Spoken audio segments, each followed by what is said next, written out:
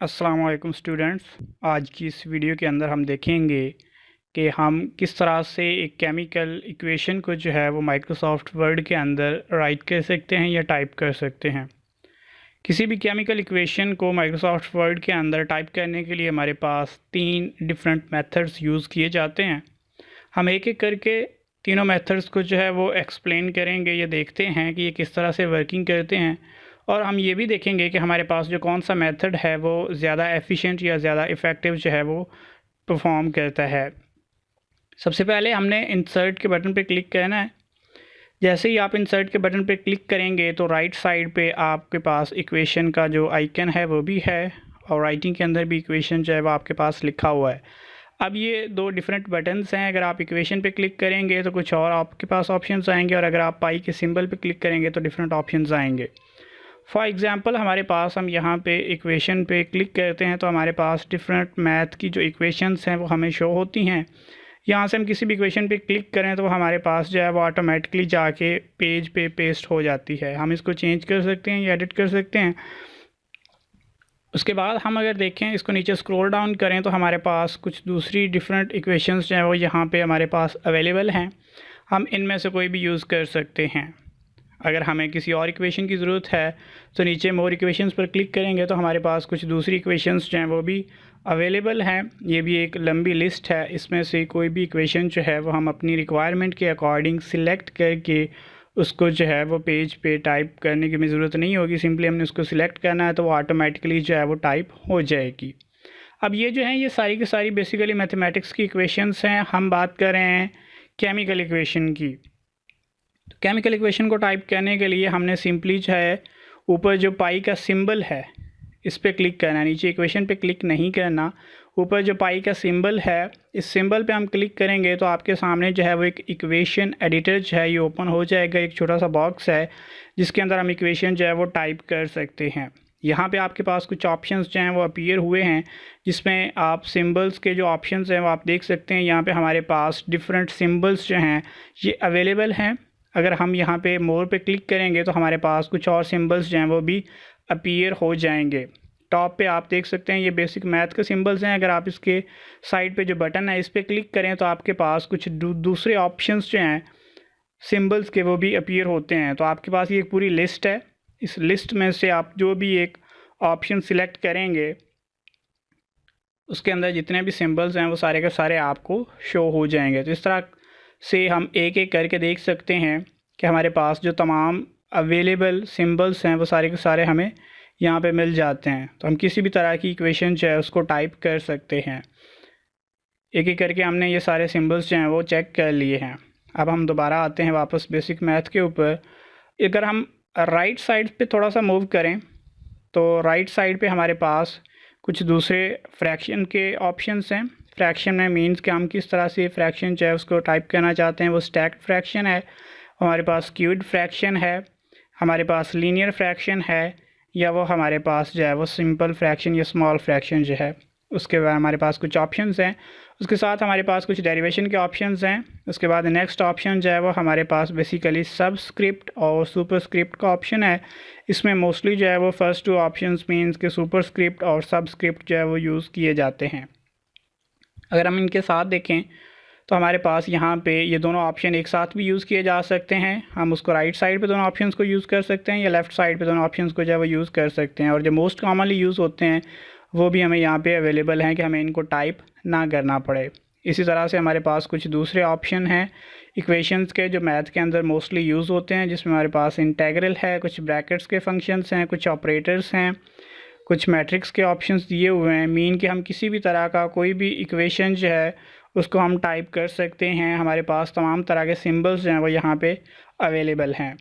अब हम किसी एक सिंपल सी इक्वेशन को जो है वो टाइप करके देखते हैं कि हम किसी केमिकल इक्वेशन को अगर टाइप करना चाहते हैं इन सिंबल्स और इन जो हमारे पास ऑप्शंस हैं इनकी मदद से, तो हम उसको किस तरह से जो है वो टाइप कर सकते हैं। तो फॉर एग्ज़ाम्पल हम यहाँ पे एक सिंपल सी इक्वेशन जो है उसको टाइप करते हैं, और उस इक्वेशन को जो है वो हम टाइप करके देखते हैं कि ये इक्वेशन किस तरह से टाइप की जाएगी। फॉर एग्ज़ाम्पल कीबोर्ड को यूज़ करते हुए मैं इक्वेशन जो है वो लिख रहा हूँ। फॉर एग्ज़ाम्पल सबसे पहले सी लिखा। अब उसके बाद हमें ज़रूरत है सबस्क्रिप्ट की, तो सबस्क्रिप्ट का ऑप्शन लिया। यहाँ पे हमारे पास 2 बॉक्सेस हैं।